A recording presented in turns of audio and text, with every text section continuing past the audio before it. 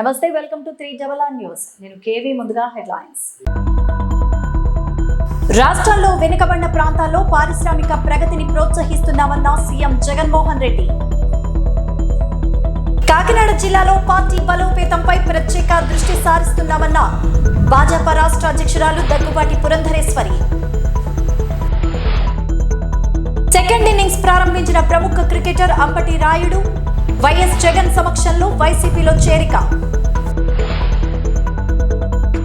రాష్ట్రంలో వెనుకబడిన ప్రాంతాల్లో పారిశ్రామిక ప్రగతిని ప్రోత్సహిస్తున్నామని ముఖ్యమంత్రి వైఎస్ జగన్మోహన్ రెడ్డి చెప్పారు. పారిశ్రామికవేత్తలకు అవసరమైన సహాయ సహకారాలు అందించడానికి తమ ప్రభుత్వం ఎప్పుడూ సిద్ధంగా ఉంటుందన్నారు. Jindal south west group chairman Sajjal Jindal గురువారం తాడేపల్లి క్యాంపు కార్యాలయంలో ముఖ్యమంత్రి వైఎస్ జగన్మోహన్ రెడ్డితో సమావేశమయ్యారు. కడపలో ఉక్కు కర్మాగారం నిర్మాణ పురోగతి, ఇతరత్ర అంశాలపై వారు చర్చించారు. కడప ఉక్కు కర్మాగారం నిర్మాణం ప్రగతిని ముఖ్యమంత్రి వైఎస్ జగన్ కు సజ్జన్ జిందాల్ వివరించారు. జనవరి నుంచి ప్రాజెక్టు పనులు మరింత వేగవంతం అవుతాయని చెప్పారు. రాష్ట్ర ప్రభుత్వం అందిస్తున్న సహాయ సహకారాలకు ఆయన ధన్యవాదాలు తెలిపారు. అమరావతి జగనన్న విద్యా దీవెన పథకం కింద పూర్తి ఫీజు రియంబర్స్మెంట్ లో భాగంగా 2023-24 విద్యా సంవత్సరంలో జూలై సెప్టెంబర్ త్రైమాసికానికి సంబంధించి అర్హులైన 8,09,039 మంది విద్యార్థులకు 584 కోట్లు జమ చేసేందుకు రాష్ట్ర ప్రభుత్వం అన్ని ఏర్పాట్లు పూర్తి చేసింది. పశ్చిమ గోదావరి జిల్లా భీమవరంలో శుక్రవారం జరిగే కార్యక్రమంలో CM YS Jaganmohan Reddy button నొక్కి ఈ మొత్తాన్ని లబ్ధిదారుల ఖాతాల్లో జమ చేయనున్నారు. ఈ మొత్తంతో కలిపి జగనన్న విద్యా దీవెన, వసతి దీవెన పథకాల కింద వైఎస్ జగన్ ప్రభుత్వం ఇప్పటికీ 18,576 కోట్లు ఖర్చు చేసింది. ఈ మొత్తం గత ప్రభుత్వం 5 ఏళ్ల కాలంలో ఖర్చు చేసిన మొత్తం కంటే 6,435 కోట్లు అధికం. పేద విద్యార్థులు కూడా పెద్ద చదువులు చదవాలనే సమున్నత లక్ష్యంతో ITI, polytechnic, degree, engineering, medicine తదితర కోర్సులు చదివే పేద విద్యార్థులు కాలేజీలకు చెల్లించాల్సిన పూర్తి ఫీజుల మొత్తాన్ని క్రమం తప్పకుండా ఏ త్రైమాసికానికి ఆ త్రైమాసికం ముగిసిన వెంటనే కుటుంబంలో ఎంతమంది పిల్లలు ఉంటే అంతమందికి ఇచ్చేలా తల్లులు, విద్యార్థులు జాయింట్ అకౌంట్స్ లో నేరుగా జమ చేస్తున్నారు. ముందుగా మీ అందరి ఆత్మీయతలకు 2 చేతులు జోడించి పేరు పేరున హృదయపూర్వకంగా కృతజ్ఞతలు తెలుపుకుంటా ఉన్నాను.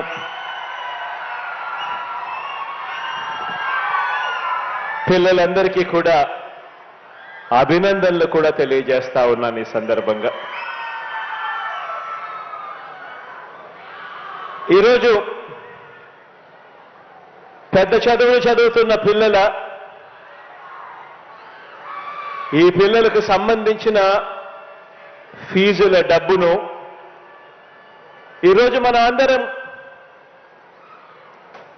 మనందరి ప్రభుత్వం ఈరోజు ఆ ఫీజుల డబ్బును ఆ పిల్లల తల్లుల ఖాతాల్లోకి, ఆ పిల్లల తల్లులే కాక ఆ పిల్లలు కూడా ఉన్న జాయింట్ ఖాతాల్లోకి ఈరోజు జగనన్న విద్యా దీవెన డబ్బులు ఈరోజు జమ చేయబోతా ఉన్నాము. ఇక్కడి నుంచి ప్రతి ఏడాది కూడా క్రమం తప్పకుండా ప్రతి ఏడాది 3 నెలలకు ఒకసారి, ఆ 3 నెలలు అయిపోయిన వెంటనే, ఆ క్వార్టర్ అయిపోయిన వెంటనే ఆ పూర్తి ఫీజు రీయింబర్స్మెంట్ సంబంధించిన మొత్తాన్ని ఆ తల్లుల ఖాతాల్లోకి జమ చేస్తా ఉన్న విషయం మీ అందరికీ కూడా తెలిసిన విషయమే. ఇలా ఈరోజు 8,09,039 మంది పిల్లలకు జరిగిస్తూ నేరుగా ఈ కార్యక్రమం అయిపోయిన వెంటనే బటన్ నొక్కి అక్షరాల 7,47,920 మంది ఆ తల్లుల ఖాతాల్లోకి ఈ జూలై, ఆగస్ట్, సెప్టెంబర్ ఆ త్రైమాసికానికి సంబంధించిన అక్షరాల 583 కోట్ల రూపాయలను అంగన్వాడీల న్యాయమైన సమస్యలు పరిష్కారం చేయాలి అంటూ తమ సమస్యలు పరిష్కరించాలంటూ డిమాండ్ చేస్తూ 18 రోజుల నుంచి అంగన్వాడీలు చేస్తున్న సమ్మె తమ న్యాయమైన సమస్యలను వెంటనే పరిష్కరించాలంటూ రాష్ట్ర ప్రభుత్వాన్ని కోరుకుంటున్నారు. 18 రోజుల నుంచి రాష్ట్ర వ్యాప్తంగా అంగన్వాడీలు చేస్తున్న సమ్మెలో భాగంగా మాడుగుల బస్ కాంప్లెక్స్ వద్ద ఐసిడిఎస్ ప్రాజెక్ట్ అంగన్వాడీలు చేస్తున్న దీక్షా శిబిరంలో రిలే దీక్షలు చేస్తూ మాడుగుల ప్రాజెక్టు యూనియన్ నాయకులు ఆర్ రామలక్ష్మి, డి పార్వతి, వి ధనలక్ష్మి మాట్లాడారు. దేశంలో మాతృ మరణాలు, శిశు మరణాలు తగ్గించడానికి, పోషకాహారాన్ని అందించడానికి పిల్లల సమగ్ర అభివృద్ధి పథకం నుంచి కృషి చేస్తోందన్నారు. కేంద్ర ప్రభుత్వ నిర్లక్ష్యం కారణంగా ICDS కు తగిన నిధులు కేటాయించకపోవడంతో మన దేశంలో ఇంకా పోషకాహార లోపం కొనసాగుతోందన్నారు. ఆకలితో అలమటించే వారి సంఖ్య పెరిగి మన దేశం ప్రపంచ స్థానంలో దిగజారిపోతోందన్నారు. రకరకాల పథకాల పేర్లతో మభ్యపెడుతున్న రాష్ట్ర ప్రభుత్వం అంగన్వాడీ కేంద్రాలకు నాణ్యమైన సరుకులను సరఫరా చేయడం లేదన్నారు. గర్భిణీలు, బాలింతల ముఖాలను ఫోన్లో గుర్తించిన తర్వాతే పోషకాహారం ఇవ్వాలంటూ రాష్ట్ర ప్రభుత్వం షరతు విధించిందని, వీటితో పాటు అనేక యాప్స్ పెట్టి తీవ్ర పని ఒత్తిడికి, ఫ్రీ స్కూల్ నిర్వహణకు కూడా ఆటంకంగా ఉన్నాయంటూ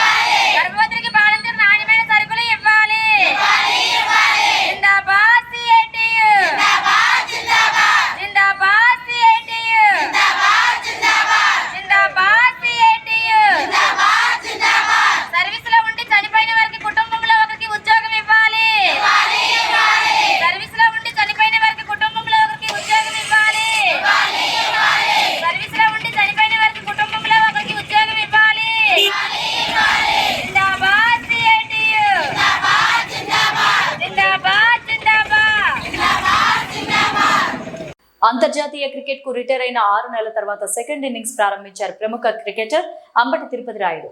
సీఎం వైఎస్ జగన్ సమక్షంలో వైసీపీలో చేరారు. తాడేపల్లిలోని క్యాంపు కార్యాలయంలో రాయుడికి వైసీపీ కండువా కప్పి పార్టీలోకి ఆహ్వానించారు సీఎం జగన్. ఈ కార్యక్రమంలో deputy CM Narayanaswamy, MP Peddireddy Mithun Reddy పాల్గొన్నారు. కులమతాలకు, రాజకీయాలతో పని లేకుండా పారదర్శకంగా పాలన చేస్తున్న సీఎం జగన్ పాలన పట్ల ఆకర్షితులై పార్టీ తీర్థం పుచ్చుకున్నట్లు చెప్పారు. రాజకీయ మైదానంలోకి క్రికెటర్లు ఎంట్రీ ఇచ్చే ట్రెండ్ నిరంతరం కొనసాగుతూనే ఉంది. వచ్చే ఏడాది లోక్సభ ఎన్నికలకు ముందు మరో క్రికెటర్ రాజకీయ రంగ ప్రవేశం చేశారు. ఆ టీమిండియా మాజీ క్రికెటర్ పేరు అంబటి రాయుడు. అంబటి రాయుడు గురువారం ఆంధ్రప్రదేశ్ లో అధికారికంగా వైఎస్ఆర్సీపీలో చేరారు. కులమతాలు, రాజకీయాలతో పని లేకుండా పారదర్శకంగా పాలన చేస్తున్న వైసీపీకి ఆకర్షితులనై ఈ పార్టీలో చేరడం జరిగిందంటూ వెల్లడించారు.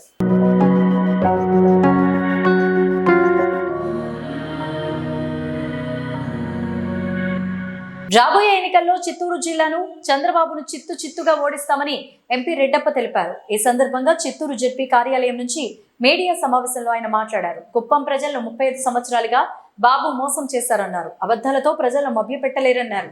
సీఎం జగన్ కుప్పం అభివృద్ధికి కృషి చేశారని తెలిపారు. రాబోయే ఎన్నికల్లో వైసీపీ పార్టీ గెలుస్తుందనే ధీమాను వ్యక్తం చేశారు. చంద్రబాబును చిత్తుగా ఓడిస్తామన్నారు. అభివృద్ధిపై చర్చకు రావాలంటూ సవాల్ విసిరారు. జైలుకి వెళ్ళి వచ్చిన తర్వాత పిచ్చివాడిలాగా ప్రవర్తిస్తున్నాడు.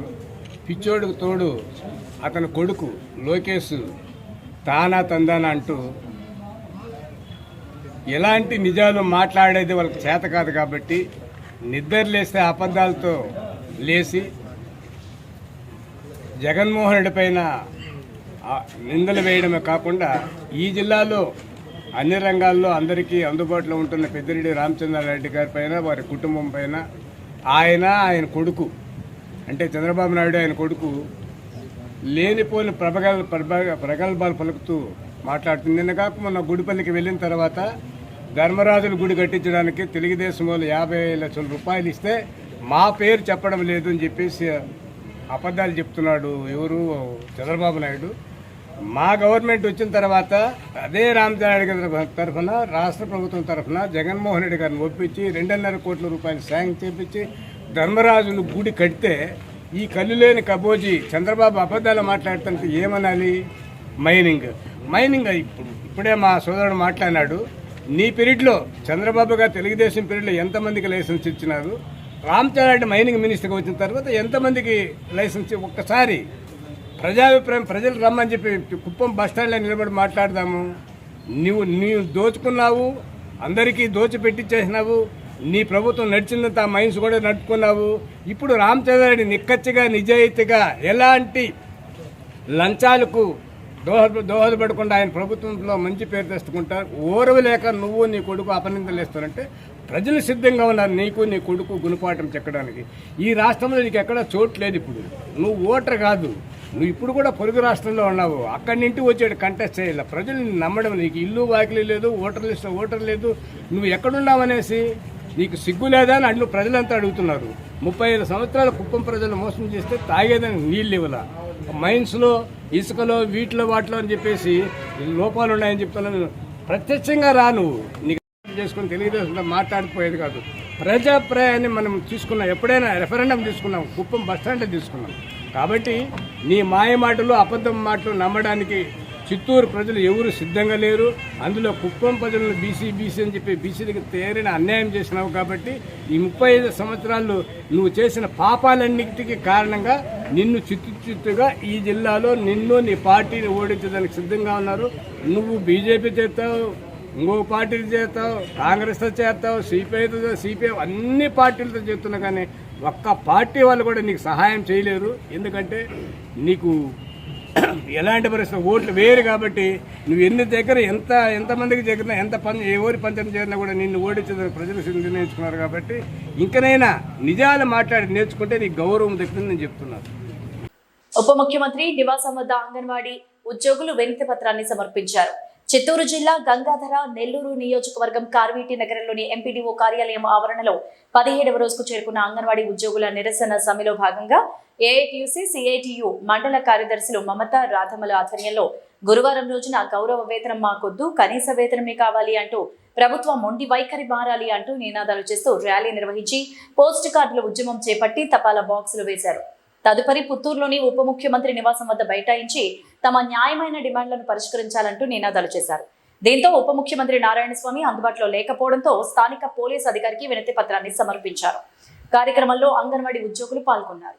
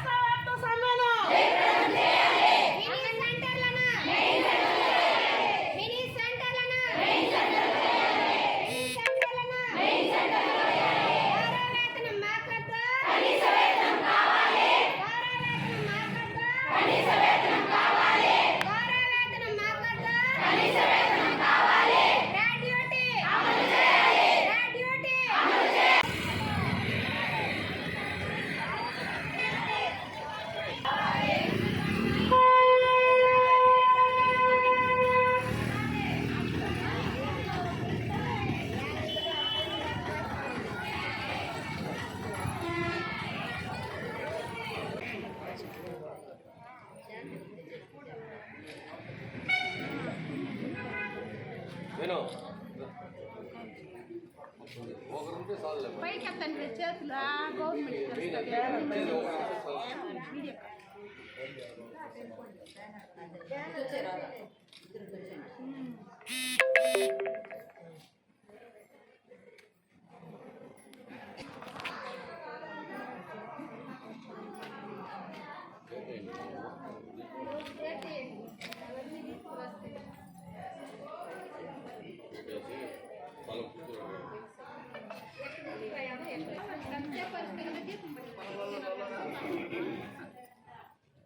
ఏమైంది? సినీ నటుడు కెప్టెన్ విజయకాంత్ మృతి పట్ల తిరుపతి రాయలసీమ రంగస్థల ఆధ్వర్యంలో శుక్రవారం ఆయన చిత్రపటానికి ప్రగాఢ సానుభూతిని రాయలసీమ రంగస్థల చైర్మన్ గుండాల గోపీనాథ్ రెడ్డి తెలిపారు. ఈ సందర్భంగా ఆయన మాట్లాడుతూ పలు తమిళ చిత్రాల్లో కథానాయకునిగా తమిళ, తెలుగు ప్రేక్షకుల మన్ననలు పొందిన కెప్టెన్ విజయకాంత్ మృతి పట్ల కళాకారులు దిగ్భ్రాంతిని వ్యక్తం చేస్తూ వారి కుటుంబానికి ప్రగాఢ సంతాపాన్ని తెలియజేశామని వివరించారు. కార్యక్రమంలో కెఎన్ రాజా, కేశవరెడ్డి, సుబ్రహ్మణ్యం రెడ్డి, రాధాకృష్ణారెడ్డి తదితరులు పాల్గొన్నారు.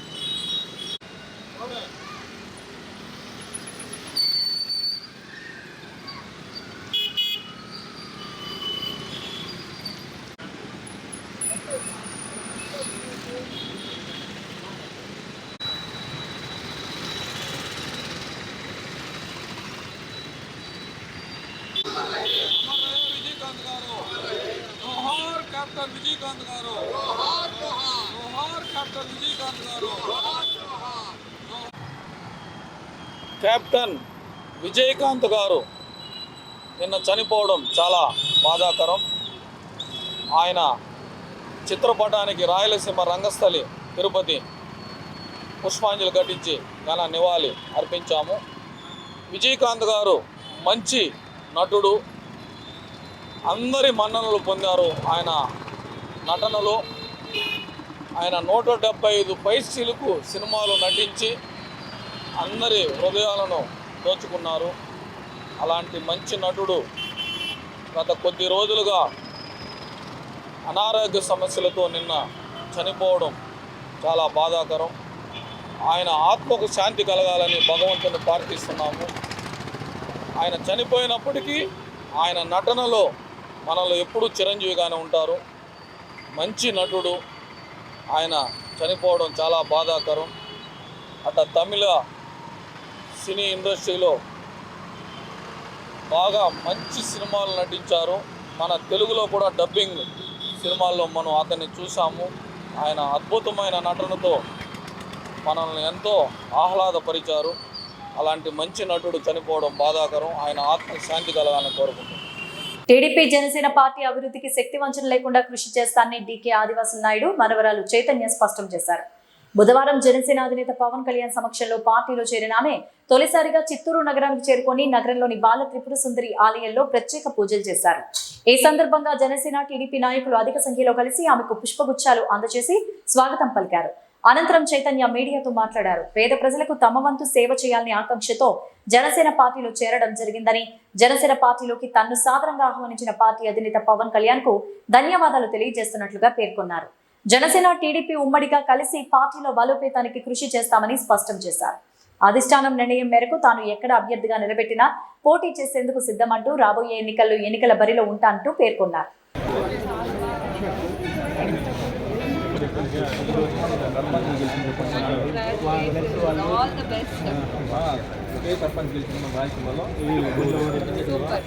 జనసేన తరఫున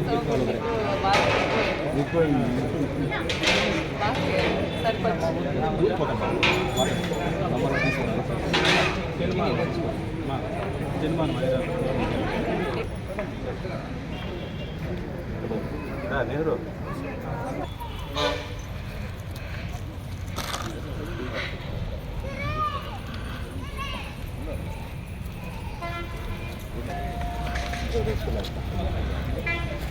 స్టెప్స్ పైన ఒక నిమిషం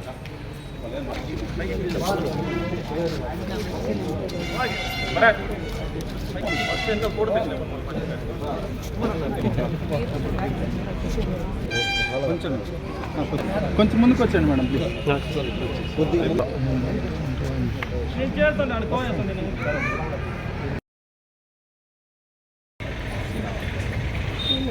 ఎందుకు తెలీదు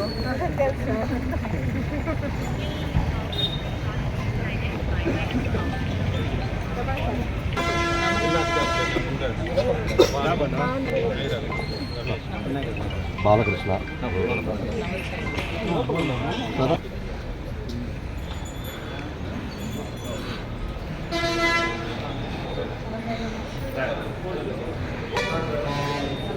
సమస్య అడ్డం వస్తే కట్ అయిపోయి వేస్ట్ అయిపోయి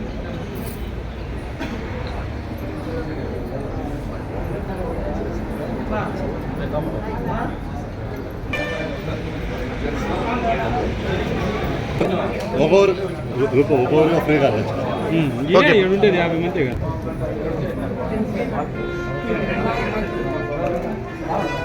ఓకే.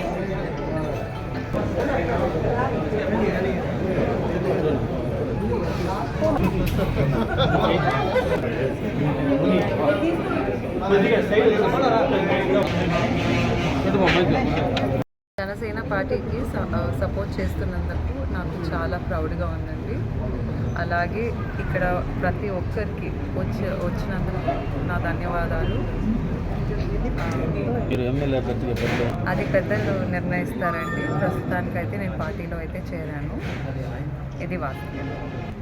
నేను ఉంటే చిత్తూరులో ఉంటానండి. చిత్తూరు, బెంగళూరు అండి. కలిసామండి పార్టీలో. We extended our support and Janasena పార్టీకి మేము ఉండి కలిసి చేస్తాము అని చెప్పి మాటించి వచ్చాము. సో ఇక ముందు జనసేన పార్టీకి తరపున నేను I want to do works and we should see Janasena coming forward as a party. చేస్తానండి డెఫినెట్గా. పెద్దలు ఎక్కడ నిర్ణయిస్తే నేను అక్కడ చేస్తానండి. చిత్తూరులో మీ మామగారు ఆయనకి నా సపోర్ట్ ఎప్పుడు ఉంటుంది.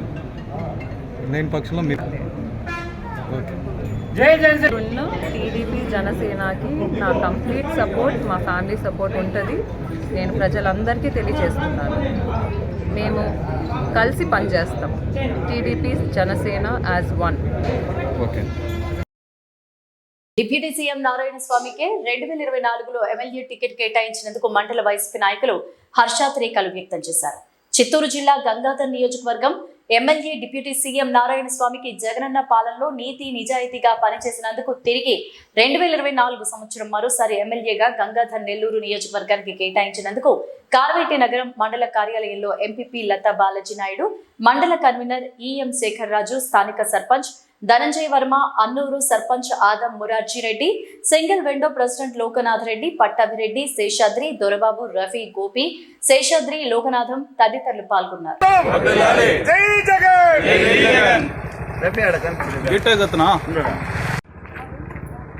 న్యూ ఇయర్ ఈరోజే మేము సంబరాలు జరుపుకుంటున్నాము.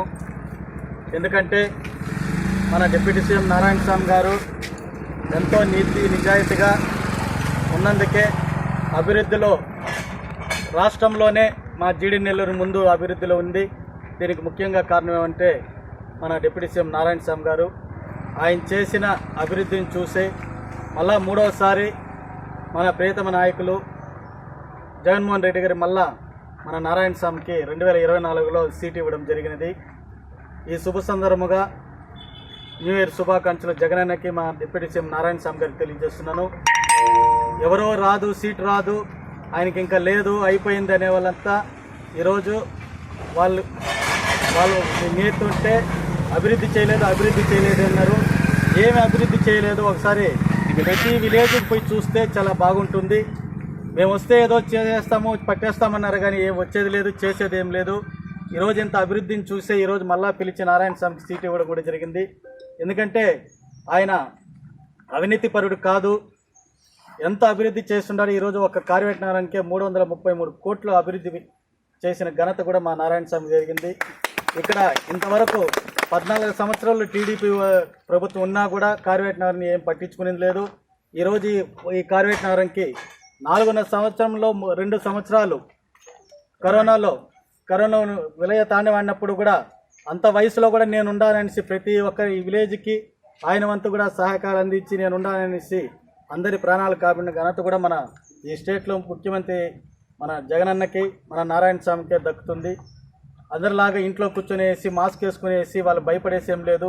ప్రతి ఒక్క పేద కుటుంబానికి ఉన్నవాడికి లేనివాడిని లేకుండా వాళ్ళకి అన్ని సౌకర్యాలు వారి ప్రాణాలను కాపాడిన ఘనత కూడా మన ముఖ్యమంత్రి గారికి దక్కుతుంది. ఈ 2.5 సంవత్సరంలో ఎంత అభివృద్ధి చేశారు. ఈరోజు ఇక్కడ నిలబడుకున్నాను అంటే ఈరోజు కార్వేట్ నగరం మండలం, కార్వేట్ నగరంలో 50 పడకల హాస్పిటల్. మరి 14 సంవత్సరాలు మీరు ఉన్నప్పుడు ఎందుకు చేయగలదు? వద్దన్నారా చేస్తే? కాబట్టి ఈ మాటలంతా ఆపేసి అభివృద్ధి పథకం చూడాలని మనస్ఫూర్తిగా కోరుకుంటూ మన ప్రియతమ నాయకులు మళ్ళా మనము సంక్రాంతి శుభాకాంక్షలు. మన నారాయణ స్వామి గారిని అత్యధిక మెజారిటీతో గెలిపించి మన జగనానికి కానుకగా ఇవ్వాలనేసి మనస్ఫూర్తిగా కోరుకుంటున్నాను. అదేవిధంగా ఎంతోమంది మనకు రాదు ఆ మాటలు ఈ మాటలు అవన్నీ మనసులోంచి తుడిచేసి ప్రతి ఒక్కరూ మనం ఆయన రుణం తీర్చుకోవాలి. మనకేం చేసినాడని కదా, మనం ఆయనకి ఏం చేసాము, ఒక ఓటు వేస్తున్నాము. ఆయనేమో మన అందరికి గ్రామాలను అభివృద్ధి చేస్తున్నారు. కాబట్టి అవన్నీ మనసులో వదిలేసి అందరూ కలిసికట్టుగా పనిచేసి ఈసారి అత్యధిక మెజారిటీతో గెలిపించి మన డిప్యూటీ సీఎం గారిని మళ్ళా మన జగనానికి కానుకగా ఇవ్వాలని మనస్ఫూర్తిగా కోరుకుంటున్నాను. జై నారాయణ స్వామి. గంగాధర నియోజకవర్గం కార్వేట్ నగరం మండలం మన తరఫున మేము ప్రెస్ మీట్ పెట్టుకున్నాము. ఎంపీపీ గారికి, మండల నాయకుడికి, అందరికీ అన్నూరు సర్పంచ్ అందరికి తెలియజేయండి. నమస్కారం. ఒక వారంగా వాట్సాప్లో పత్రికల్లో చాలామంది దుష్ప్రచారాలు చేస్తున్నారు. నారాయణ స్వామికి టికెట్ రాదు, జగనన్న గెలవడు, ఈసారి వైఎస్ఆర్సీపీ రాదనేసి చాలామంది చెప్పుకుంటున్నారు. ఇదంతా అబద్ధం. జగనన్న ఈసారి మళ్ళీ 24కి కూడా మా డిప్యూటీ సీఎం నారాయణ స్వామికి టికెట్ ఇచ్చున్నారు. మాకంతా చాలా సంతోషంగా ఉన్నది. ఈ రాష్ట్రంలో ఎస్సీ, ఎస్టీ, బీసీ మైనారిటీలు ప్రతి ఒక్కరూ వాళ్ళ ప్రాణం ఉన్నంత వరకు జగనన్నకి ఓటేస్తారు, జగనన్నే గెలిపిస్తారు. ఈ రాష్ట్రంలో జరుగుతున్న సంక్షేమ పథకాలు ఏ రాష్ట్రంలో జరగలేదు. జగనన్న ప్రజల్లో దేవుడై ఉన్నారు. ఈ రోజుల్లో మళ్ళీ మాకు మా నియోజకవర్గానికి టికెట్ రావడం మాకు చాలా ఒక పండగ వాతావరణంలాగా మేము జరుపుకుంటున్నాము. తప్పుడు ప్రచారాలు చేస్తున్న ప్రతి ఒక్కరికి వార్నింగ్ ఇస్తున్నాము. మా నాయకుడి మీద, మా నారాయణ స్వామి మీద, మా డిప్యూటీ చీఫ్ మినిస్టర్ మీద తప్పుడు ప్రచారాలు, తప్పుడు రాతులు వాట్సాప్లో పెట్టడం ఇదంతా మానుకోండి. ఒకసారి ఇలా పెడితే మేము ఒప్పుకునేది లేదు. కబడ్దారు మీకు వార్నింగ్ ఇస్తున్నాము.